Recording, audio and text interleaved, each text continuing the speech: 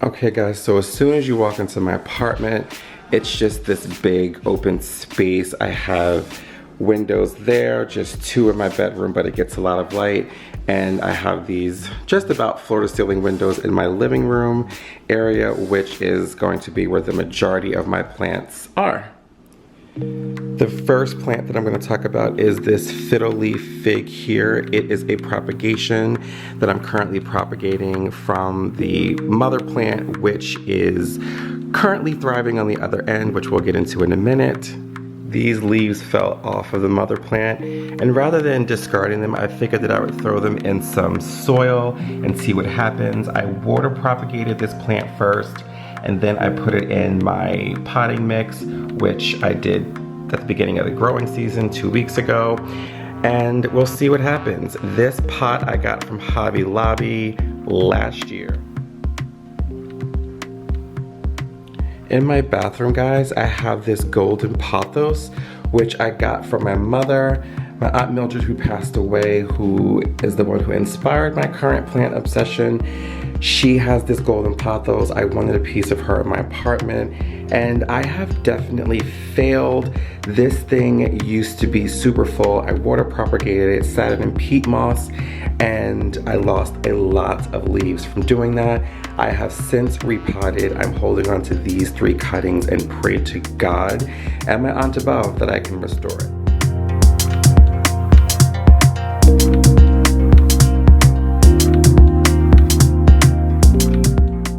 This decorative pot that it's sitting in came from Lowe's last year, and it was what the Sansevieria or the snake plant was in that I had in this spot last year.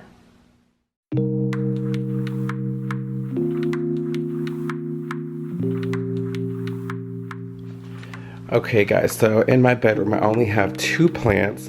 The first one being my baby. This is the Monstera deliciosa, aka Monty. I didn't name all my plants, but I did name this one Monty, and I just love the way that he sits and he is thriving. I was a little concerned at first about the vent here, but I don't use it. If I'm hot, I crack the window or turn on the ceiling fan, and when it's cold, I just nestle up in my bed. So yeah, this is the plant that I have in my bedroom. This thing, you guys, I will insert a picture of what it looked like when I picked it up from Lowe's. It was dying, it was drab, it was drooping. It was an absolute mess. Here's still some of the damage from it.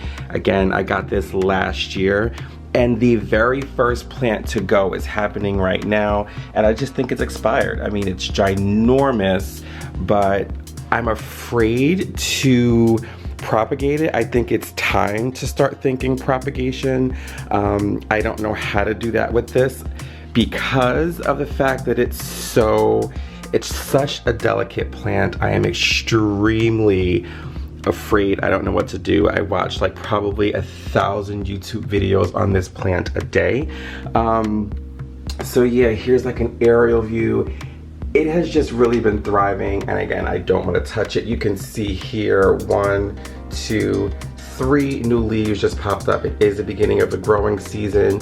I have never ever changed the soil on this. Don't judge me. It's dry as heck right now. Like, I definitely need to get in there and do some watering, but it's really doing good. I've got some aerial roots coming in right there. So yeah, this is the first plant that I put in my room, and it was really tiny when I first put it in here, and again, as you can see, it really has sprouted. It used to be in my living room, which was getting like medium to low shade. As soon as I put it in here, which we should have known that it would thrive. Now, I don't know if you guys, this is a hybrid channel here, so we're plant lover, luxury lover. For my luxury lovers who are not really into the whole plant thing, these here are fenestrations, or what people know. This plant is known for the splits in the leaves. These new growth that I have coming in don't have many fenestrations. I guess that's because it's not getting enough sunlight, but this is pretty bright, and it's not direct sun because I don't want to kill the leaves, but yeah, that is what we're looking like as far as that plant is concerned.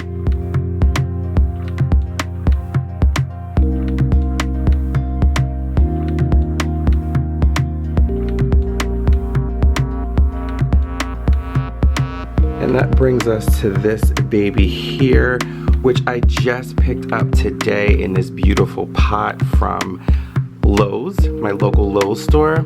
And this is a peperomia, I forget the name of it. I will leave the name in the description box below. I just think that it's gonna thrive really well here. I don't want it to get too big. It says it needs medium light, and I feel like just next to the window here, it's not direct sunlight, but it will get some indirect light, and I think that it's going to do really, really lovely.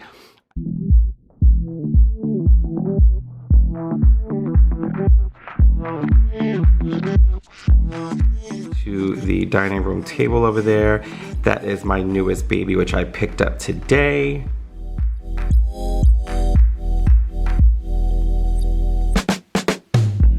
And this is an Aglaonema, or a Chinese evergreen. Basically, I love the variegation on this.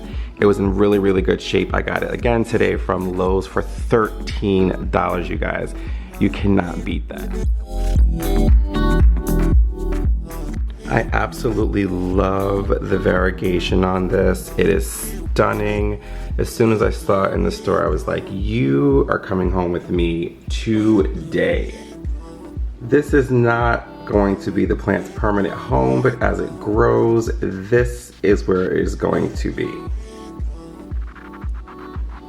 Moving along from the dining room table over here, please do not mind this bar cart. If you follow me on Instagram, I posted a poll to see if I should keep this, and I wanted to return it, but that was just before COVID touchdown.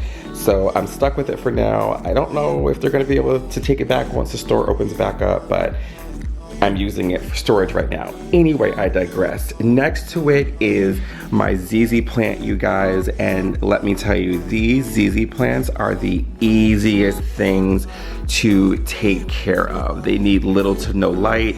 I have forgotten to water this thing at times, and it still is putting out new growth. I got this last summer, so just about a year, and it was really, really, really tiny, and you can see it has just sprouted into this beautiful, beautiful plant.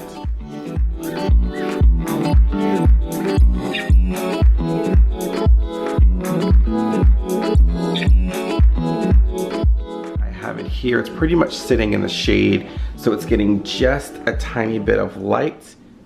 Moving on from the ZZ plant, we're gonna go over to my coffee table, which is my new plant that I picked up today.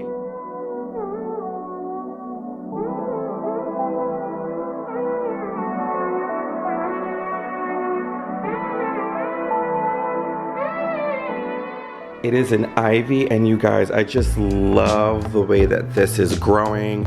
I love the color of it. It is so rich, and it makes for the perfect centerpiece on my coffee table. I also picked up this pot from Home Depot when I was there, or Lowe's, I can't remember. I didn't even do my research on this plant. I just, again, saw it and thought how beautiful, and that I needed it in my home. Moving on from my ivy, we're gonna go over here to my bird of paradise. I do have this sitting in a self-watering pot. I'm not sure how I feel about it, but when I tell you that this thing is thriving, oh my gosh. I got this when she was just a tiny, tiny little plant that I paid $5.98 for from Home Depot last spring, and she's ginormous. She's almost my height, and you can see that she's about to put out another leaf, which I'm gathering is going to be taller than that one there. And like I mentioned, she's already just about my height, and I'm 5'7", 5'8".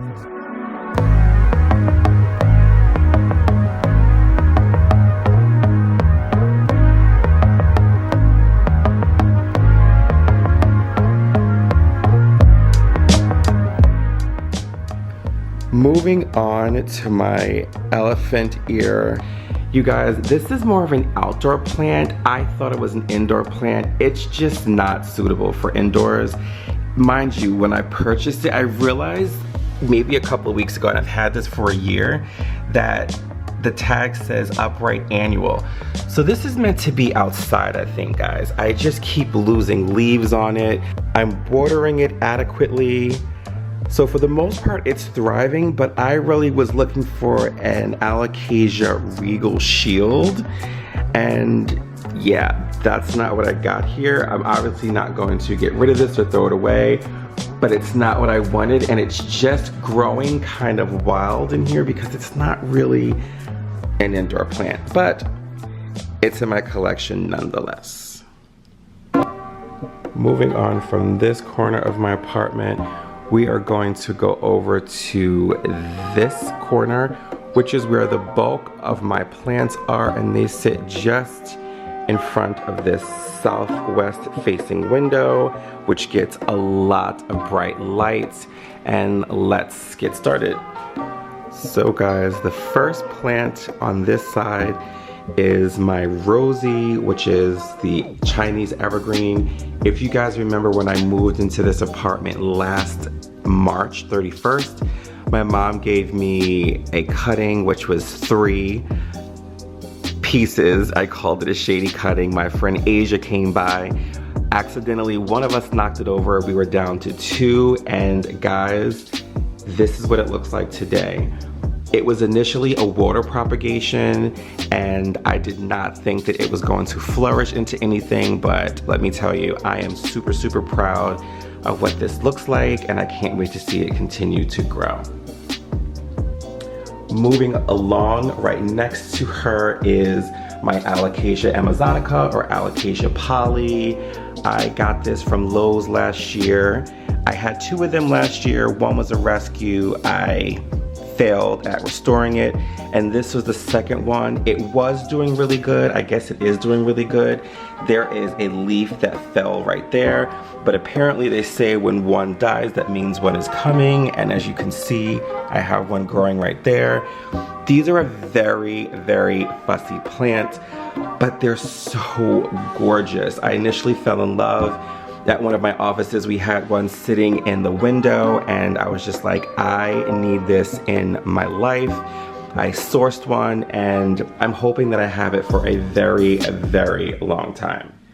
Moving right along, let's go up here to my Ficus lyrata, or more commonly known as the fiddly fig tree. I picked this up from, I believe, Lowe's. Yes, I picked it up from Lowe's last year. It was a sad, sad little plant. This was the first leaf that kicked off from it last spring, and nothing else ever came of it. And then this spring, like maybe not even before spring, that one came 2 weeks ago. This one right here came shortly thereafter. This one just popped up like last week. I hope it gets bigger, and it looks like I've got a little action going on at the node there. I really, really want this to grow and be a massive tree to just sort of take over this area here. I know it's gonna take time. For some reason, my fiddle isn't growing as quickly as others have reported theirs are, but I think from what it used to look like, we're doing pretty good here. Moving on, right next to, oh, and his name is Mr. Ficus, because he's a very, very fickle tree. So Fickle the Fiddle, that's his name. And when you move on over here, this is my Ficus elastica or rubber plant tree. This is the Tanaki. It's a variegated plant, you guys. I'm so obsessed with the leaves. It just looks like watercolor. It looks like someone just, they're all so different. Already being variegated, each leaf is variegated. It's just so different, so beautiful. I love the juxtaposition to the red when a new leaf is coming in. And let me say, guys, this was also a rescue. I got it from Maple Leaf Farms in New Jersey on clearance for $8 last year, guys. And this is a whole tree. Like, it's huge, but it was on clearance. I picked it up. Is the price? Yeah, I think I left the price on it. It says $15.99, but I paid $8 for it. A lot of leaves dropped off from it. There's still some leaves here that have damage, right there that has damage. And I have to say, I don't know if this is a good thing or a bad thing. That has been like that for a year.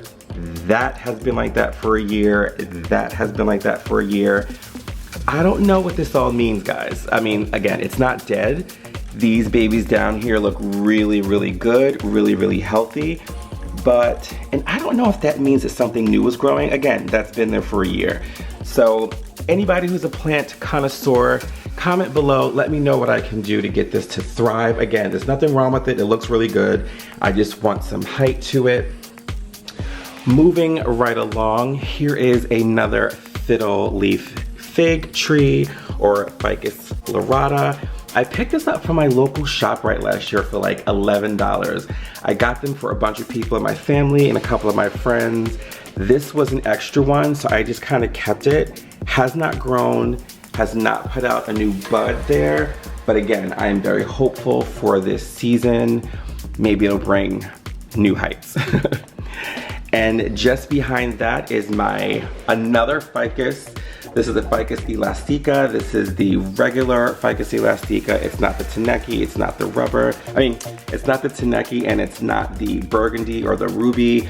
This is a really, really beautiful plant. I picked this up from, I think, Home Depot or Lowe's last year for like $18 or $20. It's dropped a few leaves, but this one actually has grown and put out new leaves, so I'm super, super happy about that. There's one coming in right here that I hope blossoms really, really soon. And yeah, I'm wondering, you guys, if because the window's right here, the hardwood floor is always cold, and I wonder if the cold floor has something to do with the fact that these are not growing. I mean, like I said, this one's doing good because it's maybe on a stand. This one, Mr. Ficus, God only knows. But yeah, I don't know why they're not growing as fast as I would hope they would. Speaking about the planters, I picked up these two planters from Home Goods last year when I moved into my apartment. These are not in decorative pots yet. This one here I picked up from Hobby Lobby last year. So that is that corner right there. Closing us out in this video today is another baby that I picked up today. This is another Ficus elastica, or rubber tree, and this is the ruby. I got it for $14.98 today, you guys. It is just a beautiful, beautiful plant slash tree. I hope that it's gonna put out some new growth. I wipe these leaves down like 1,000 times, but they stay getting watermarks. They stay with this dry film on them. If anyone has any ideas on how to stop that, please let me know in the comment section below. If you wanna know why it's called ruby, it's because it's got this beautiful, deep burgundy vein that runs there, and it also is on the back of the leaves as well.